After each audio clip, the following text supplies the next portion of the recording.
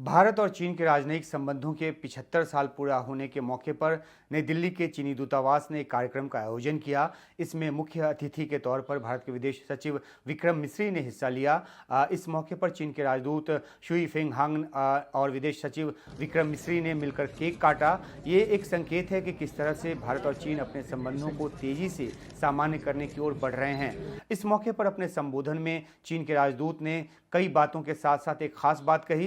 वो ये कि ग्लोबल साउथ के देश होने के कारण भारत और चीन की एक संयुक्त जिम्मेदारी है कि दोनों मिलकर एक अंतर्राष्ट्रीय सहयोग की धुरी बने। इससे दुनिया में अर्थव्यवस्था जो स्थिरता है वो आएगी और एक मल्टी पोलर वर्ल्ड को बनाने में मदद मिलेगी। चीनी राजदूत ने अमेरिकी राष्ट्रपति ट्रंप का नाम तो नहीं लिया, लेकिन उनका ये कहना इसलिए खास है क्योंकि अमेरिकी राष्ट्रपति ट्रंप जिस तरह से टैरिफ की धमकियों के साथ अपना धौंस दिखा रहे हैं, उससे चीन को भी चिंता है और भारत को भी। चीन को ट्रंप के टैरिफ के खिलाफ WTO का दरवाज़ा भी खटखटाना पड़ा। चीन की अर्थव्यवस्था चुनौतियों के दौर से गुजर रही और ऐसे में ट्रंप का जो टैरिफ है उसके खिलाफ उसे एक ऐसा साथी चाहिए जिसकी अर्थव्यवस्था बड़ी हो और बड़ा बाजार भी हो, और भारत इस लिहाज से मुफीद है। ट्रंप ने रेसिप्रोकल टैरिफ की तलवार भारत पर भी लटका रखी है। इसके अलावा ब्रिक्स देशों पर 100% टैरिफ की धमकी, रूस से तेल खरीदने वाले देशों पर 25 से 50% टैरिफ की धमकी, ये सब ऐसे फैक्टर हैं जो भारत और चीन दोनों पर असर डालने वाले हैं। इस तरह की साझा चुनौतियों से साथ मिलकर पार पाना ज़्यादा आसान होगा, ऐसा माना जा रहा है।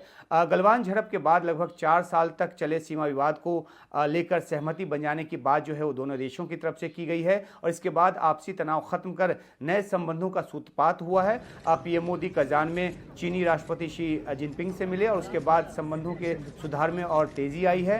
राजनयिक संबंधों के 75 साल पूरे होने के मौके पर चीन के राष्ट्रपति शी जिनपिंग ने भारत की जो राष्ट्रपति हैं उनके साथ ग्रीटिंग्स एक्सचेंज किया। चीन के जो प्रीमियर हैं ली कीयांग, उन्होंने पीएम मोदी के साथ जो है वो शुभकामना संदेशों का आदान प्रदान किया। ये सब भारत और चीन संबंधों को सामान्य होने की दिशा में बढ़ने के संकेत हैं। हालांकि दिल्ली में चीनी दूतावास के कार्यक्रम में बोलते हुए विदेश सचिव विक्रम मिस्री ने संकेतों में साफ किया कि संबंधों को मजबूत करने के लिए आगे अभी लंबी राह चलनी है और इसके लिए सीमा पर शांति, यथास्थिति और इसी के मुताबिक आपसी भरोसा और जो एक दूसरे का सम्मान है वो ज़रूरी है, एक दूसरे के टेरिटरी का सम्मान जो है वो ज़रूरी है। यानी उन्होंने चीन को एक तरह से सचेत भी किया।